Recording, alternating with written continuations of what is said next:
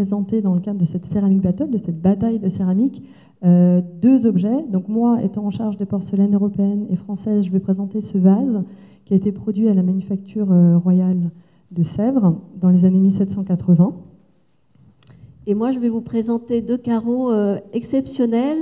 En fait, c'est on qualifie de diptyque, de fondation. Donc, ce sont deux pièces qui vont ensemble. L'une vous présente un texte et l'autre une illustration avec une tente sur fond végétal, ainsi qu'un dromadaire et un cheval affrontés, séparés par une lance. Voilà, mais ce sont les objets eux-mêmes qui vont en dire plus sur eux. Alors ce vase, c'est moi. Je suis un vase donc, des années 1780. On m'appelle plus précisément vase Duplessis à Bordeaux. Je vous dirai un peu pourquoi tout à l'heure. Et donc, je suis le fruit des années 1780, produit au sein de la manufacture royale de porcelaine de Sèvres. Alors, même si depuis le XVIIIe siècle, on connaît relativement peu de choses de mon histoire, on ne sait pas qui m'a commandé, on ne sait pas à qui j'ai appartenu, on voit bien dans mon vase que je suis quand même un vase relativement de fière allure, relativement luxueux, doré, précieux. Et donc, on peut imaginer que j'avais des prestigieux propriétaires. Mais vous, au juste, les deux pièces que je vois là, les deux jumeaux, qu'est-ce que vous faites là? Je ne vous avais jamais vu en réserve. Des jumeaux, on n'est pas du tout de jumeaux. Nous sommes deux compagnons complémentaires. Non, pas des jumeaux. D'ailleurs, nous n'avons pas exactement le même diamètre. Hein. Il y en a un qui est plus grand que l'autre. Et nous sommes à la fois individuellement uniques et une paire unique. Et en qualité de chef-d'œuvre, là, on est totalement ému parce qu'on va être enfin présenté au public en vitrine. Et en fait, on a une longue histoire, très très longue histoire. On est bien plus vieux que notre adversaire, là, le vase. Non, on a une longue histoire, une histoire incroyable, et qui est celle d'un miracle. On existe en fait grâce à un miracle, on est simplement miraculeux. Hein, et ça t'épate. Tu vas en savoir plus dans un instant. Alors, venons-en au drame en fait, parce que notre histoire est ponctuée d'un drame, celui de notre séparation, alors que nous étions encore réunis dans la collection du docteur Champrey, Joseph Champrey. Et c'est pas n'importe qui, hein, Joseph Champrey. C'était le président de la Société des Amis du Musée de la Céramique de Sèvres, et cela pendant 25 ans, et vraiment un très grand collectionneur.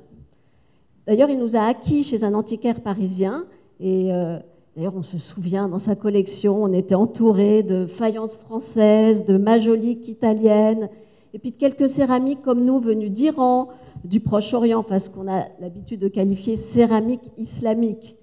Bon, d'accord, on vient d'un pays dominé par un pouvoir islamique, mais en fait, c'est plus compliqué que cela. Non pas que nous soyons sans relation avec la religion, avec la spiritualité, mais ça, je vais vous dévoiler. Il ne faut pas que je m'égare. Surtout moi, là, le carreau avec les inscriptions, je suis très, très, très bavard. Donc, ah oui, alors, c'est un grand donateur, ce monsieur, Joseph Champrey. Il a fait des dons ici à Sèvres, mais aussi au Musée des Arts Décoratifs, à Paris, et avant de disparaître. Quelle tristesse. Il nous a quittés en 1956, et nous, mon Dieu, on a osé nous séparer en 1957. Alors moi, le carreau inscrit, j'ai été légué à Sèvres, hein, où j'avoue, j'ai croupi quand même dans les réserves un bon nombre d'années. Et puis toi, mon compère illustré, tu as disparu. Ah oui, j'étais arrachée à mon compagnon, mon alter ego, et là, non, mais ça c'est... J'avoue avoir occulté ce moment, c'est le trou noir, et je vous prie de m'excuser, je ne veux pas revenir sur ce passé douloureux. Alors continue, toi, le carreau inscrit. Mais Dieu merci, tu réapparais en vente publique en 1986. Et la directrice du musée, Madame, comment elle s'appelait déjà? Madame Allais. Eh bien, Madame Allais a été très inspirée. Elle t'a acheté, elle t'a fait acquérir, tu as intégré les collections françaises de Sèvres et tu as été rendu à moi, le texte à l'image. Donc ça déjà tout d'un miracle. Mais toi, là, le vase, tu fais quoi ici? Bien, moi aussi, figure-toi, je vais regagner les salles du musée et retrouver les feux de la rampe. Tout à l'heure, justement, et c'est d'ailleurs pour ça que je suis sur un chariot, je vais être reconduit jusqu'à la vitrine où je serai exposé. En fait, j'étais juste de passage en réserve pour une petite pause, une petite thérapie, un petit bichonnage. En effet, pour ma part, j'ai été présentée pendant de nombreuses années, en fait, auparavant, aux visiteurs. Mais justement, avec les années, je me suis empoussiérée, j'ai pris la poussière. Et c'est pour ça qu'il faut bien le dire, j'étais un peu sale. Je suis donc passée par l'atelier de restauration pour une petite toilette. Et c'est ce que je vais vous montrer sur ces slides.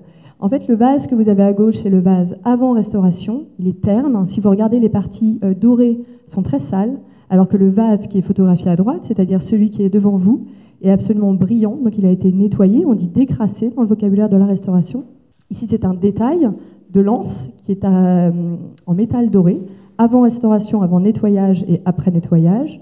Et ici sont quelques étapes de ce travail de restauration et de nettoyage. En fait, il faut imaginer que mon vase, il est dans plusieurs parties. Vous avez des éléments en métal, le pied rectangulaire, enfin carré, pardon, les anses, la volute de feuillage et le bouton de préhension est en métal. Toutes ces parties sont en métal. Et ensuite, on a trois parties en porcelaine, le couvercle, le vase lui-même et son pied. Donc tout ça a été démonté et remonté pour pouvoir réaliser le nettoyage complet de ce vase. Me voilà à nouveau pimpant, brillant, révélant tous mes ors et ma beauté. Je brille de 1000 reflets. Je suis chic, moi au moins. Alors là, nous n'avons rien à t'envier en qualité, en brillance. Regardez, notre glaçure, c'est-à-dire notre couverte, cette mince couche de verre qui sert, tout comme toi, hein, de support à notre décor et de très, très, très belle qualité. Vous voyez, hein, ça brille. Solide. Et tu connais notre âge? Devine. Eh bien, nous avons été façonnés, cuits, couverts de glaçure, décorés et cuits à nouveau en 711 de légire. Légire. Eh bien, légire, c'est l'ère musulmane, mais ça fait chez vous à peu près 1312 de votre ère. Alors, bon, d'accord, ton décor est peint à l'or, mais notre décor diapré est de lustre métallique quasi inaltérable. Il ne se raye pas, et en matière de reflets, de couleurs, nous ne sommes pas en reste. Le lustre métallique, mais c'est quoi en fait ce décor? Il est un peu brun, un peu rouge. En quoi brille-t-il? Dis-moi un peu plus. En fait, notre décor présente une qualité, une propriété optique bien particulière. Bon, là, tu nous vois en lumière diffuse, même si je pense que certains d'entre vous peuvent percevoir nos reflets. Mais sous un certain angle qu'on appelle la réflexion spéculaire, eh bien, notre décor, disais-je, présente un changement de couleur associé à des reflets métalliques d'une forte intensité lumineuse. Parce qu'on voit ici un petit schéma qui illustre, c'est une question d'angle égaux, la réflexion spéculaire. Donc notre décor est peint avec des oxydes de cuivre et d'argent mêlés à du vinaigre, des liants. Il est peint après que nous ayons été cuits une première fois avec notre glaçure et nous avons été cuits à nouveau. Mais alors là, c'est une cuisson pour le décor qui demande une maîtrise mais absolue. Les magiciens d'ailleurs qui président à notre réalisation sont dignes des plus grands alchimistes parce que là, la cuisson est très délicate et c'est dans la réussite de cette cuisson que résident en fait tous ces reflets métalliques. C'est une cuisson qui s'opère en atmosphère qu'on appelle réductrice, c'est-à-dire que tout simplement le four est privé d'oxygène. On met des matières qui dégagent beaucoup de fumée et en fait les oxydes métalliques du décor, par un échange d'ions, donc un échange ionique, s'incorporent au verre, à la matière vitreuse, à notre glaçure sous forme de petites sphères, des nanoparticules de métal. Vous avez sur des tessons du IXe siècle une vue en lumière diffuse en réflexion spéculaire, où on voit tous les reflets se révéler. Et dans la slide suivante, ce qui est en fait sont des images obtenues en microscopie électronique en transmission. Vous avez, j'ai pas de flèche, mais en fait là où il y a les petits tirets, c'est la surface de la glaçure. Et on voit comment en fait, alors à gauche, c'est une image en fait qui vient d'un des tessons que vous avez vu sur la slide précédente, des tessons du IXe siècle. Vous avez ces toutes petites sphères de petite taille qui sont vraiment enfouies dans la glaçure. Pour le cliché de droite, c'est une pièce plus tardive d'Occident où la cuisson a fait en fait que les petites sphères de métal sont à fleur de glaçure, moins enfouies, ce qui crée des objets avec des reflets beaucoup plus chatoyants. Il faut un peu moins les chercher. Donc je trouve que ces images sont assez éloquentes pour comprendre cette technique très complexe. Et dans la vue suivante, et les deux carreaux s'en vantaient, ils ont bien raison, j'aime bien montrer celle-ci parce qu'on voit un tesson qui est usé, abrasé. Donc si le décor était un décor de surface, il aurait perdu en qualité optique. Eh bien non, comme c'est un décor intégré dans le verre, vous voyez que même avec des traces d'usure, tous les reflets, voilà, les reflets métalliques sont tout aussi crachés, si on peut dire. Donc voilà, vraiment, le temps n'a pas de prise sur nous. Donc, excuse-moi. Hein. À propos de ton lustre métallique, est-ce que tu peux me dire d'où vient cette technique et quand elle est apparue? Alors, d'après les chercheurs qui travaillent sur le sujet, ben oui, certains se sont intéressés à moi durant toutes ces années en réserve. Heureusement, j'ai eu quelques visites. Alors, d'après ces chercheurs qui travaillent sur le sujet, le procédé décoratif du lustre métallique est apparu en Irak au IXe siècle, appliqué à des glaçures de céramique. Oui, bah, d'accord, c'est pas en Iran. C'est vrai qu'en Iran, la technique est maîtrisée fin XIIe siècle. Mais en tout cas, le lustre métallique en Iran apparaît dans la ville, certainement, dans le centre de production dont nous sommes originaires, Cachan. Ça te dit quelque chose, Cachan? Oui, c'est au sud de Paris, non? Enfin, Cachan. Je dis ça pour le... Kashan, en persan, avec des halons, Kashan, le plus grand centre de production de l'Iran médiéval, et un peu au-delà, que vous avez ici, au centre de l'Iran, au sud de la mer Caspienne. Quand je dis, alors, c'est le plus grand centre de production de céramique fine, et à cette époque de l'Iran médiéval, fin XIIe, XIIIe, début XIVe, c'est la période où il y a de grandes innovations, surtout fin XIIe, début XIIIe, si on peut avancer. Il y a une petite slide avec voilà, les plus belles pièces, les plus luxueuses, de grands plats, des coupes, des bouteilles, des pichets, de lustres métalliques à décor de petits feux polychromes, des pièces ajourées aussi, grande dextérité technique pour ajourer de la pâte de céramique. Et d'ailleurs, ils vont revenir sur la pâte parce qu'ils ont fait de cette pâte-là qui est vraiment aussi une belle technologie. Donc voilà, nous avons été créés pour commémorer un événement important, et c'est pour ça que nous sommes recouverts de nos plus beaux reflets. Oh là là, mais si vous avez voulu m'impressionner avec toute votre histoire technique, c'est complètement raté. Mais attendez, vous ne connaissez pas l'histoire de l'utilisation de l'or à Sèvres? Quasiment depuis les débuts de la manufacture, fondée en 1740, l'or a joué un rôle absolument primordial. En fait, en 1748, la manufacture, qui ne maîtrisait pas encore le procédé, a acheté ce procédé auprès d'un moine chimiste, Hippolyte Lefort, et très vite, l'or est devenu presque un emblème de cette manufacture. Et vous savez pourquoi?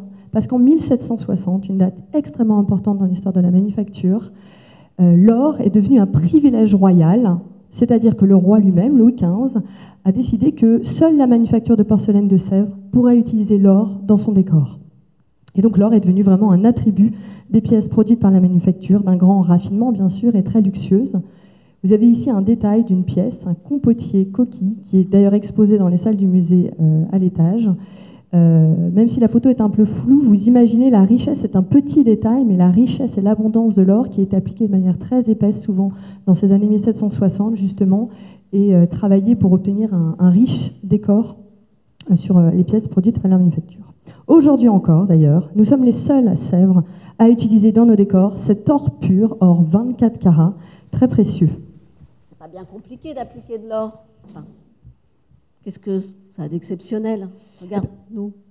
Eh bien, détrompe-toi. Effectivement, l'or n'est pas appliqué comme la technique des lustres métalliques, mais cependant, c'est quand même très complexe. Il faut imaginer que l'or arrive à l'état solide à la manufacture, au XVIIIe siècle comme aujourd'hui d'ailleurs, et il est alors dissous dans un mélange un peu complexe fait de diluants et notamment d'essence de térébenthine. Donc il faut imaginer que l'or est appliqué sur les pièces à l'état liquide, donc avec un pinceau. Ensuite, il est cuit à autour de 800 degrés. Quand il sort du four, l'or est très terne, il est vraiment très sombre. C'est là qu'interviennent les brunisseurs, ou plutôt les brunisseuses. Vous avez ici une photo, carte postale de 1913, une vue de l'atelier du brunissage. Je vais expliquer cette technique tout de suite. Et on voit justement que ce sont souvent des femmes qui travaillent dans cet atelier. Que font les brunisseuses? Elles brunissent l'or, c'est-à-dire que l'or, comme je vous le disais, sort terne après sa cuisson au four, et donc elles vont brunir l'or, lui rendre son brillant grâce aux outils qu'elles ont dans la main. On voit ici un détail d'une vue plus contemporaine. Cet outil, c'est un manche de bois en général, à l'extrémité duquel vous trouvez une pierre d'agate, une pierre d'hématite, selon le niveau de brillance que vous voulez obtenir en brunissant l'or. Ostentation que tout cela, le plaisir des yeux, d'accord. D'accord, mais nous sommes en relation avec le monde spirituel, mon cher. Nous avons été façonnés avec ferveur pour commémorer un événement miraculeux. Tiens-toi bien. Seyed Fakhr-al-Din Hassan Tabari, notre commanditaire, a fait un rêve dans la nuit du jeudi au vendredi 10 février 1312, où, dans un jardin situé aux portes de la ville de Cachan, lui est apparu, tu ne croiras jamais, l'imam Ali en personne. C'est qui l'imam Ali? Voyons, le premier imam du chiisme. Chiisme, sunnisme. Tu me suis? Non, bon. Pour résumer, parce que tu me sembles à des années-lumière, à la mort du prophète de l'islam en 632 de votre ère, Muhammad, le sceau des prophètes, S-C-E-A-U, bien sûr. Personne n'est d'accord sur la succession, c'est la zizanie. Ali, le gendre et cousin du prophète, et son plus digne successeur. Mais bon, les anciens s'en mêlent, donc rapidement les partisans de Ali forment une branche dissidente, et malheur, s'ensuit une suite de successions de luttes armées d'une grande violence, sanglante pour la plupart, qu'on commémore encore en Iran. Bon, bref, je te passe les détails, ça commence très mal. Et du coup, les chiites, dissidents de l'islam, qu'on qualifie de traditionnels, ont été amenés à développer une conception plus spirituelle de l'islam, et même à notre époque, plus proche du soufisme, ce mysticisme de l'islam. Eh bien, figure-toi qu'à Cachan, à la période où on nous a façonnés, tous les ateliers de céramique sont entre les mains de familles chiites, et même pour certaines qui se disent être des seyyids, des descendants même de l'imam Ali en personne. Et le chiisme repose sur une vision duelle de toute réalité. Dans la conception chiite du monde, toute réalité, de la plus haute à la plus anodine, possède deux niveaux, au moins deux niveaux, mais en tout cas un niveau apparent, ça c'est sûr, manifeste, et un niveau caché, non manifeste, un niveau ésotérique et un niveau exotérique. Et, je vous le donne en mille, notre décor, il ne traduit pas ça de la plus belle manière, ça l'illustre à merveille. Et ce n'est pas par hasard que ce somptueux décor lustré nous a été attribué, de même qu'à nos cousins, là, tous les éléments de décor architectural en forme d'étoiles, de croix et autres rectangles qui ornaient tombeaux de saints personnages et sanctuaires. L'apparent, le caché, notre raison d'être. Et là, avant de laisser parler le vase, je reprends la parole, c'était juste pour vous montrer, comme ces éléments sont uniques, à une période contemporaine, entre 1260 et 1339, si on peut revenir à la précédente, l'Iran a utilisé la technique du lustre métallique énormément pour le décor architectural à l'intérieur de monuments, effectivement de sanctuaires liés à des personnalités du chiisme, sous forme d'étoiles et de croix imbriquées. Ici, vous avez un fragment qui ressemble à un pilier. En fait, c'était un angle de cénotaphe, très certainement. Et ici, une frise qui était dans, d'ailleurs, le magnifique monument de Natanz, dont vous voyez la coupole et l'élévation au-dessus. Natanz, qui est au centre de l'Iran, un petit peu au nord de Cachan. Moi, on ne connaît pas mon histoire. On sait que j'ai été fabriquée dans les années 1780 à la manufacture de Sèvres, mais après, on ne sait pas. On ne sait pas pour qui j'ai été réalisée, à qui j'ai appartenu. Mais finalement, il suffit de me regarder pour deviner. Je suis élégant, je suis grand, je suis brillant, je suis beau.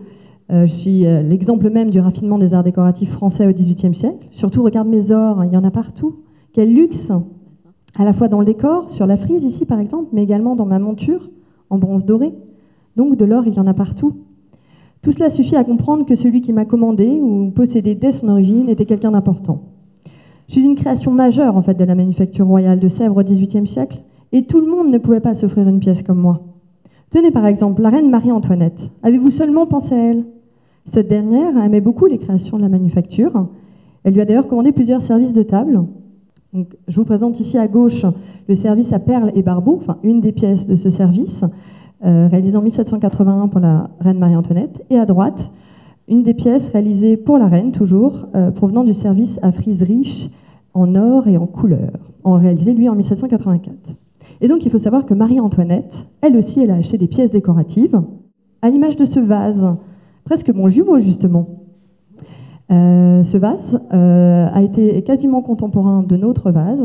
On voit bien que c'est la même forme, il porte le même nom, vase Duplessis à bandeau, c'est le nom de cette forme. Et vous voyez, bien sûr, le décor est différent, si ce n'est qu'on retrouve une bande, d'où le nom du vase, vase à bandeau, dans laquelle on a ici, sur ce vase qui est conservé aujourd'hui dans les collections de la reine d'Angleterre, et sur notre vase, on trouve des scènes de chinoiserie que je définirai plus tard. Donc, on peut tout à fait imaginer qu'elle, Marie-Antoinette, ou son entourage royal, aurait pu m'acheter. J'étais peut-être à Versailles, moi.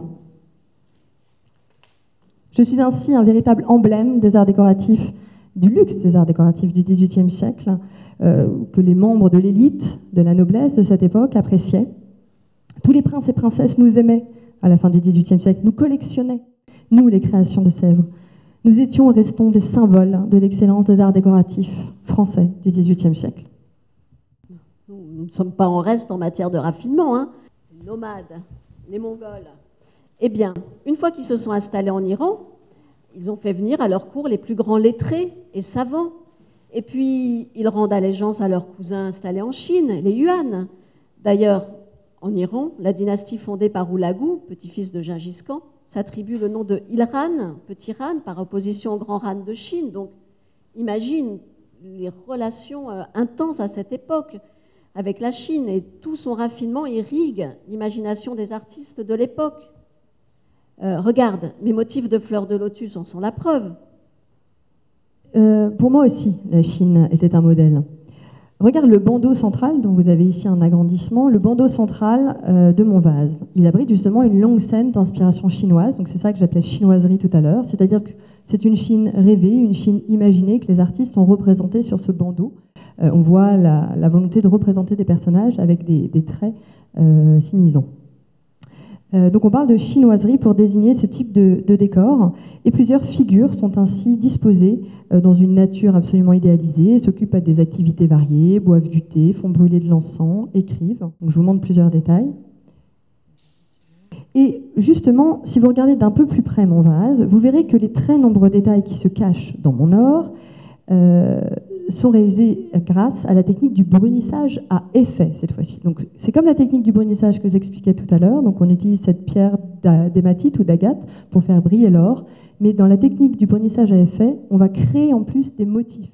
En fait, c'est tous les détails que vous voyez de croisillons qui dessinent des feuillages, les hachures, par exemple, dans l'arbre. Tous ces motifs correspondent à la technique du brunissage à effet et permettent de créer vraiment plein de motifs décoratifs au sein même de l'or. Donc on voit comme ça beaucoup de détails en fait, qui se révèlent en fait, dans l'or lui-même. À ce sujet, pouvez-vous me dire quel est le sujet de votre décor? Vous, j'ai pas bien compris. Ah oui, j'avais commencé mon récit tout à l'heure. Mon compère et moi-même racontons la même histoire, lui par l'image, moi par le texte, et c'est pour cela que j'ai d'ailleurs tendance à être assez bavard. Donc comme je le disais, Seyed Fakhr al-Din Hassan Tabari, donc il se dit descendant de l'imam Ali, puisqu'il porte le titre de Seyed, notre commanditaire, a fait un rêve dans la nuit du jeudi au vendredi 10 février 1312. Il était dans un jardin situé au port de la ville de Cachan et il a été entraîné à l'intérieur d'une tente par un beau jeune homme qui n'était autre que l'imam Ali. Auprès d'un homme dont le visage resplendissait de lumière, il s'agissait du Mahdi, le 12e imam. C'est celui qui, dans le chiisme dit duodécimain, est censé réapparaître à la fin des temps et restaurer la religion vraie. Les deux saints personnages se rendaient en Inde pour y convertir les infidèles. Ali demande à Saïd Fakhr al-Din de bâtir, à cet emplacement même, un somptueux oratoire pour accueillir les pèlerins. Et à son réveil, Saïd Fakhr al-Din s'est empressé de rejoindre le jardin où s'est déroulée sa vision et a tracé sur le sol le plan d'un sanctuaire carré et marqué l'endroit où le cheval de Ali et le dromadaire du Mahdi avaient laissé leur empreinte, que l'on retrouve donc sur nous. Donc voilà, c'est pour ça que nous avons été façonnés en forme d'empreinte de dromadaire et de cheval, et ce sont la tente, le cheval, le dromadaire et la lance fichée dans le sol que Seyed Fakhreddin avait vu en songe, qui se trouvent représentés sur le carreau épigraphié. Élément ayant aussi, vous vous doutez bien, des liens avec l'histoire de... Le cheval de Ali était célèbre, voilà, il y a toute une iconographie directement en relation. Ce que je raconte aussi, moi, le carreau inscrit, c'est que quelques jours plus tard, à ce même emplacement, l'image de Ali apparut sur le sol à des témoins dignes de confiance, ce qui en fait n'a fait qu'accroître la force de la vision et la crédibilité de Seyed Fakhreddin. Malheureusement, le sanctuaire n'existe peut-être plus. En 1972, le chercheur qui m'a rendu visite dans les réserves, le grand et regretté Shahriar Adl, magnifique chercheur, a suggéré une identification possible avec un ensemble de mausolées englobés dans un cimetière, mais dont une grande partie avait déjà disparu dans les années 70. Donc nous sommes probablement plus que le seul témoignage de ces miracles, des uniques témoins. Nous sommes uniques. Unique témoin?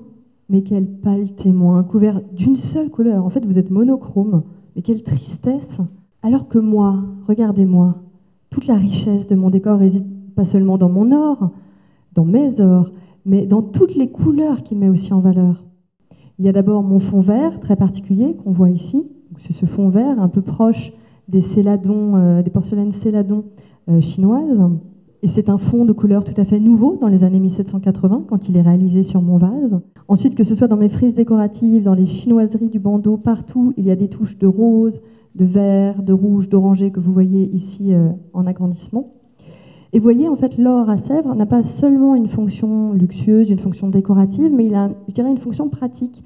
Il sert de jonction entre le fond blanc de la pâte et le fond vert ici du vase. Il crée comme ça une zone de jonction. Fonction décorative et donc pratique. Et surtout, vous n'avez peut-être pas remarqué, mais on parlait de mon or, et c'est pour ça que j'ai dit mes ors tout à l'heure, c'est parce qu'en fait j'ai plusieurs ors sur moi. Mon or n'est pas seulement jaune, comme on le voit a priori ici, mais si vous le voyez bien sur cette photo, la table est en or jaune, mais le sol est en or vert. On le voit de plus près quand vous pourrez bien voir le vase tout à l'heure, mais en fait il y a un or jaune et un or vert sur ce vase. L'association de ces deux ors est en fait très à la mode dès le milieu du XVIIIe siècle. Ici vous avez une vue de la salle de bain de Louis XV, une salle de bain qui a été aménagée dans les années 1770 à Versailles par les frères Rousseau qui ont réalisé les boiseries de cette salle de bain. Et voici un détail de ces boiseries. Et en fait, vous avez une scène de chinoiserie justement dans ce médaillon avec un or jaune, mais tout le pourtour avec ces joncs est en or vert. Donc cette association, on la retrouve sur les boiseries comme dans les autres pièces d'art décoratif. Donc c'est vraiment quelque chose de très, très à la mode. Donc mes couleurs sont belles, sont joyeuses, alors que toi, tu es quand même un peu triste. Mais tu te moques de nous, mais tu es là, bon, certes raffiné, mais vraiment un but de toi-même. Tiens, déplace-toi. Ben non, tu peux pas. Et demande au public, voilà, on n'est pas des objets décoratifs, nous. Et d'ailleurs, si on avait voulu nous peindre alors, hein, eh bien, on aurait pu. Parce que figure-toi que justement, à la période où on a été créé, aussi bien sur les pièces de forme, les objets, que le décor architectural, on peignait alors sur les glaçures. D'ailleurs, vous pouvez voir, sur cette vue, aussi bien sur des fonds bleu lapis lazuli, céladon, pardon, ou même parfois blanc, eh bien, on aimait peindre alors. Mais c'est pourquoi, très certainement, notre lustre métallique a été employé justement pour répondre à cette dualité de l'apparent et du caché. Et puis, bah, si tu pars par là, vous viendrez voir tout à l'heure, ma glaçure a une légère nuance verdâtre, bon, un peu d'oxyde, peut-être incidemment, un peu d'oxyde de cuivre qui traînait par là, mais finalement, on n'est pas si loin de toi. Puis d'ailleurs, ta couleur, là, elle n'est pas si pure et immaculée que cela. C'est quoi, là, cette nuée de petites taches de rousseur dans la partie inférieure de ta panse, là? Excellence, excellence. Non, mais... Alors, c'est vrai, je dois l'avouer, j'ai quelques défauts dans la partie inférieure de ma panse, cette partie centrale du vase. Mais en même temps, je suis un des premiers exemples en porcelaine dure de vase de cette taille réalisé à la manufacture de Sèvres. Respect quand même. À propos d'imperfection, vous vous êtes vu, vous? En fait, votre glaçure légèrement verte, bleutée, elle permet surtout de cacher la grossièreté de ta pâte, que l'on dirait presque granuleuse, un peu brune, alors que moi, regardez le fond de ce vase, le fond blanc. Il est pur, il est blanc, il est en porcelaine dure, d'une grande beauté, d'une grande blancheur immaculée. D'ailleurs, ma forme parfaite, parce qu'elle est parfaite quand même, cette forme, elle porte un nom, vase Duplessis à bandeau. Alors, à bandeau, tout simplement parce que vous avez un bandeau ici qui accueille le registre principal du décor, avec ses scènes de chinoiserie, et Duplessis, en référence à un orfèvre célèbre du XVIIIe siècle, Jean-Claude Duplessis, qui est arrivé en 1748 à la manufacture, qui était à l'époque installée à Vincennes, qui déménage en 1756 à Sèvres. Et en fait, il est venu pour concevoir des nouvelles formes de pièces de table, de vases, mais également des montures en bronze doré. D'où mon nom, vase Duplessis à bandeau. Que de prétention. Notre pâte en qualité de dureté n'a rien à envier à la tienne. Nous sommes façonnés dans une pâte siliceuse, une pâte artificielle, sophistiquée, constituée de 80% de silice, du quartz pulvérisé. Silice, quartz, hein, porcelaine, quartz. Hein. Bon, puis imagine le travail aussi. Alors, parce que pour pulvériser tout ça, on rajoute 10% de frites de verre et 10% d'une belle argile fine blanche. Bon, il est vrai que notre pâte est légèrement rosâtre. Il va y avoir un tout petit peu d'argile, mais bon, nous sommes de modestes carreaux de fondation, nous ne sommes pas des pièces de forme. Mais bon, voilà, c'est en relation avec notre fonction. Mais cette pâte siliceuse, c'est une merveille. On peut réaliser des objets aux parois très fines, si fines qu'on dirait de la porcelaine. Regardez sur cette slide. C'est pas beau ça? C'est une très belle pâte siliceuse, un objet conservé au musée du Louvre. Et je tiens à vous préciser, mon cher, qu'on ne connaissait pas en Iran au début du XIVe siècle le secret de la porcelaine, ni même dans le reste du monde islamique d'ailleurs, même si très tôt on a eu de cesse d'imiter par tous les moyens possibles la blancheur de la porcelaine chinoise. Dans les collections de Sèvres, j'ai croisé des bouteilles et des coupes iraniennes du XVIIe siècle, plus jeunes que nous, et elles prétendent qu'à leur époque, les potiers ont enfin eu connaissance du secret de la porcelaine. Le kaolin, eh bien figurez-vous que ces dames ont prétendu qu'on en avait retrouvé du kaolin dans la région de Cachan. Pas beau ça? Quant à moi, la pâte utilisée pour ma réalisation est une pâte de porcelaine que l'on surnomme dure. Il s'agit d'une pâte qui est en fait très proche de celle mise au point vers le XIVe siècle par les Chinois. En effet, les Chinois ont été les premiers à concevoir cette belle matière grâce à un ingrédient important, le kaolin, que vous voyez là sur ces photos. Ça, c'est du kaolin qui existe aujourd'hui, qui est utilisé par la manufacture. Le kaolin qui est une argile en fait très pure, très blanche et qui permettait d'obtenir cette porcelaine. Alors, évidemment, en Europe, on est très rapidement devenu absolument fan de ces porcelaines chinoises qu'on a importées, notamment au XVIIe siècle, au XVIIIe siècle, collectionnées abondamment, qu'on a même cherché à copier. Et dès le XVIe siècle, en Europe, se sont multipliées des manufactures, en Italie, en France notamment, pour imiter cette matière, cette porcelaine chinoise. Alors au début, on n'a pas été capable. On a produit une sorte de porcelaine, une fausse porcelaine en fait, qu'on a appelée la porcelaine tendre, qu'on qualifie de tendre tout simplement parce que l'émail, c'est-à-dire la couche qui rend les pièces brillantes, se raie facilement avec l'acier. Alors que moi, je suis en porcelaine dure, c'est-à-dire que je ne présente pas ce défaut. Mon émail, ma couche transparente, ne se raie absolument pas. Et la pâte chinoise donc, est une porcelaine dure, à l'exemple de mon vase ici présent. À Sèvres, d'ailleurs, on a d'abord été capable, nous aussi, seulement de produire de la porcelaine tendre. Et il faut attendre 1768, bien tardivement, puisque la manufacture est fondée en 1740. En 1768, on trouve près de Limoges un gisement de kaolin, de cette belle argile blanche, qui va permettre déjà de multiplier les manufactures autour de Limoges. C'est pour ça qu'il y a autant de manufactures dans la région de Limoges. Et ensuite, d'approvisionner la manufacture de Sèvres en kaolin, et donc de produire dès les années 1770, et surtout à partir des années 1780, enfin cette belle porcelaine dure. Donc en fait, moi, je suis un de ces premiers exemples, là on est dans les années 1780, de ces créations nouvelles. Il faut imaginer que réaliser une pâte de porcelaine dure, ce sont des nombreux essais chimiques, c'est très complexe quand on a un nouveau matériau comme ça à exploiter. Donc c'est un vrai chef-d'œuvre qui est à la fois un peu expérimental. Mais je suis très tendance, je suis une toute nouveauté sortie des fours de la manufacture. Bon, oui, écoute, on ne va pas refaire l'histoire. Et dans la mesure où on a choisi pour notre décor la technique la plus délicate à maîtriser, la plus sophistiquée, voilà, si là, on avait connu la porcelaine, on aurait été réalisé en porcelaine, hein, bien sûr. Mais vous savez, la technique du lustre métallique, ses recettes, c'est autant de secrets. On raconte, enfin certains racontent que dans l'Irak des 9e, 10e siècles, les peintres en céramique se déplaçaient de centre de production en centre de production avec leurs secrets. Bon, secret qui s'est finalement bien diffusé. On ne doit pas très bien garder les secrets chez nous, dans le monde de l'islam, moins qu'en Extrême-Orient, puisque dès le XIIIe siècle, on produit en Espagne des céramiques à décor de lustre métallique, les fameux hispano-mauresques, que vous connaissez peut-être mieux. Et à la Renaissance, à Gubbio, en Italie aussi, on produit des décors, on sait réaliser des décors de lustre métallique. Mais d'ailleurs, à ce propos, je vous signale que je ne suis pas uniquement en porcelaine, moi. Si vous me regardez bien, vous verrez que le bouton de préhension, qui est ici, sur la photo à droite, le bouton de préhension de mon couvercle, les anses également du vase, le pied, comme je vous le disais tout à l'heure, la partie inférieure ici faite de motifs floraux, les entrelacs végétaux, tout cela est en métal, en bronze, doré. Et alors, comment est-ce qu'on dorait ce métal luxueux qui orne mon vase? Grâce à la technique de la dorure au mercure, technique qui n'est plus utilisée et plus employée a priori aujourd'hui puisqu'elle est toxique. Il s'agissait de mélanger de l'or, de le dissoudre dans le mercure pour l'appliquer sur les parties métalliques et en cuisant, en passant au four, on séchait en quelque sorte, le mercure s'évaporait et l'or restait fixé comme ça sur le métal. Donc c'est une technique très luxueuse. Toutes les pièces en bronze doré du XVIIIe siècle français sont réalisées avec cette technique, très toxique. Et oui, madame, on prenait des risques pour me décorer, moi, au XVIIIe siècle, en se mettant en danger.